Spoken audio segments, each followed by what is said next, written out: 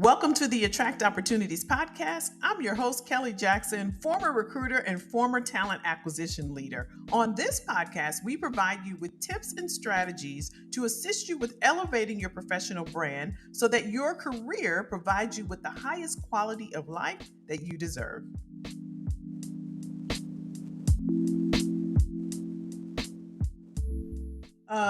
Excited to be back, excited to share. I had this, conversation around the glass ceiling. And so wanted to get your thoughts on it. I know this may be more for my more mature people out there, but there was this phenomenon, right? And it's still there, but I think we're kind of moving away from the glass ceiling phenomenon. And basically the glass ceiling is this thought that there is a glass right above your head and you can't see it because it's invisible. It's glass, right? And it's a ceiling made of glass, right? So that means you can't necessarily see it and you can't go past it because it's a glass ceiling. You can't see it. So it's like you bump your head, I didn't see it. And then you can't go any further because it's a ceiling. So that's what the glass ceiling phenomenon, if you want a mental picture of what that looks like. And basically what it means is that for so many years, there was this idea that you can only go so far. And if you try, you're going to bump your head because you didn't even see it there. You didn't realize you couldn't get to that point. And this came around years ago, right? And if we were to put it into categories, think about, I'm talking about where we are now, but how do we get to where we are now? And is the glass ceiling phenomenon still relevant? So that's what our conversation is going to be around. But I want to take us back for a minute and think about the industrial age. And I talked to you about, my mom working at General Motors for 42 years, where she used her body. It was a laborer. Remember that term? And probably your parents or your grandparents as well. They worked in factories and plants and distribution centers. So think about a laborer, right?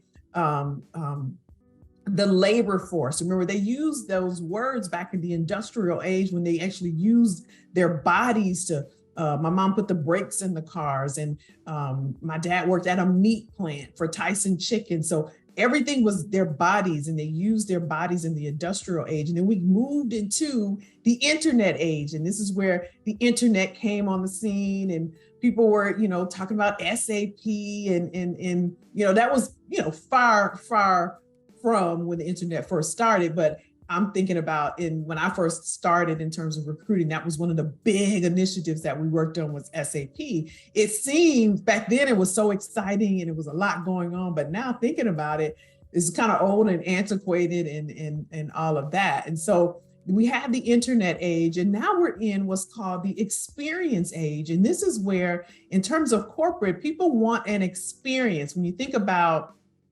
working for an organization and you want the experience of being able to make an impact inside of an organization, to be thought of as a thought leader, to contribute at a high level, to be valued, right, for what you bring to the table. So the experience of the laborer, the worker, the employee, the leader in the company now is what is that's what a person thinks about now when they're working and inside of their jobs and doing their day-to-day tasks. They're thinking about my experience. And this conversation came about because it was some HR people, and we were talking about retention and how to retain talent. And so we start having this conversation about what's changed, what's on people's minds right now. And so, and really just thinking about that, people want an experience now. They want to know that they're valued now. And so I thought about that, and I said, there's still this phenomenon of the glass ceiling, but I think it's changed now. I do think that it's still there, but it's not so much a barrier, like you can't get through it anymore. Because we see now that there are people in women, I should say, in leadership roles, right? We see first person come to mind is Sheryl Sandberg, the COO over Facebook. She's the one that created the Lean In, right? We got Lean In circles. And so really that whole thing blew up, and how she shared with us to lean into your leadership and lean your leadership skills and lean into your roles and your position. So I believe the glass ceiling, that phenomenon has, I don't think it's gone. I just think it has changed. And what I mean by that, there's a new glass on the scene. It's called the glass cliff. And this is specifically for people of color and women. And what the glass cliff is, that term was coined in 2005 by two people. Their name escapes me, but and basically they're saying that, yeah, we've gotten to leadership roles as women and as people of color. We've gotten to the directorship role. We've gotten to vice president in some C-suite, right? The numbers are still low now. The numbers are still low, but yeah, we've broken that glass ceiling, but now there's this cliff. And what they're saying this cliff means is basically we'll promote leaders into, executive leadership, but there's a study done, I think it's 2013, I'll link it below, I think it's 2013, that says that, yeah, women get promoted and Black people get promoted, and not just Black people, but, all different ethnicities and races, Latinx, Asians, but it's typically, right, African Americans that get promoted, and they get promoted when there's challenges happening. So in this study, it showed that, yeah, we're promoted, but it's during like a financial downturn. Something is wrong with the company, or the performance is not doing well. So then they promote a woman or a person of color, and then you get put into this position, but you get handed all these challenges. So this is a paraphrasing of what the glass cliff is. And it's specifically for women and people of color. And again, not just Black women or Black people, all races and ethnicities, this coin was turned around. But I thought it was an interesting conversation, and just an interesting perspective on where we are now. And my point of view, just my personal point of view, is one, I do believe we've moved beyond the glass ceiling. I know that there are women in leadership roles. Sheryl Sandberg, perfect example. I do know there are people of color in leadership roles. But I also know, when I think about this one incident, it comes to mind where some information was shared to me. I don't think it was meant to be shared with me, but actually it was two, now that I'm talking to you. It was two incidents. One was where this man and this woman, this place I was working at, they were promoted, both of them were Black. They were promoted into a director role. Now, it just seemed odd, to be honest, just knowing this company. It was very traditional, very conservative company, and just how they ran the business and everything after being there for some time, it just seemed odd. But, we congratulated them. Everything was, it was great. They did it, whatever, but it was kind of obvious. Two Black people at the same time, right? And so, and it's actually kind of sad. You got to think this, but that's what it was, right? And so I remember being in the VP's office, and this particular VP, she, how have you met people that talk a lot?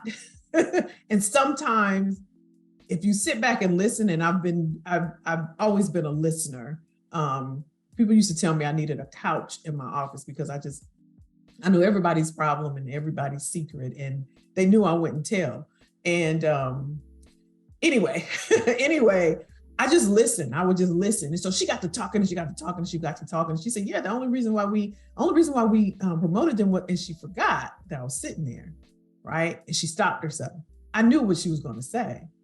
That wasn't the first time she did that, though. She actually told me about two other ladies that were Black and that actually reported to her. She told me that. And again, she talks a lot. And she said, yeah, they were never supposed to be promoted. The only reason why they got promoted. And she went on to tell me and she said the person's name. I'm not going to say the person's name, but that's the cliff. That's the glass cliff, right? It's almost like a checkbox, right? It's a checkbox to put, okay, now we got diversity. Okay, we good. We did it, right? And so, I don't know. I want to get your thoughts. What do you think? Have you experienced this? Have you seen it? I want to share also that in terms of what I think, my personal opinion on is it okay that you just get hired because you are a diverse person, right? In terms of your ethnicity or race, or is it not okay? You should be hired based off of your performance and the skills you bring and what you bring to the table, the results you have. I'm gonna be honest with you. I straddle the fence on this. There was one time in my life where I was like, no, you need to hire me based on my performance and what I bring to the table. I don't want you to hire me because I'm a woman or I'm Black. But then I start to think about it and I'm like, because I talk to my clients about this and I'm like, y'all know what? We're going to leverage this. We're going to leverage this time because this was after the George Floyd thing. And to me, I kind of felt, and again, this is just me and I'm open to hearing what you have to say, but I felt like, why should his death be in vain, right? If companies are coming out and they saying, we have this initiative and we're gonna speak out. Some of them was just talking, some of them didn't do anything, right? But if companies were gonna say, yep, you know what, we're gonna hire this and why not take advantage of that? You know that you perform at a high level. You know you perform, you have great performance. Why not go get it? So that's why I straddle, and I still straddle. Full transparency. I'm not sure what I think. There's part of me that says, you know what? Let's take it. Like we've always had to struggle and, had challenges, I should say, not struggle, in terms of, how this game is really played. And then there's a flip side where I know that I perform well. I know I have impeccable skills. And I know there have been occasions when I've created a whole position for myself. There was a company I worked with. I created I know it seems unreal, but I did. I created a whole position for myself for 2 years. And you can say that it was a stretch project, right?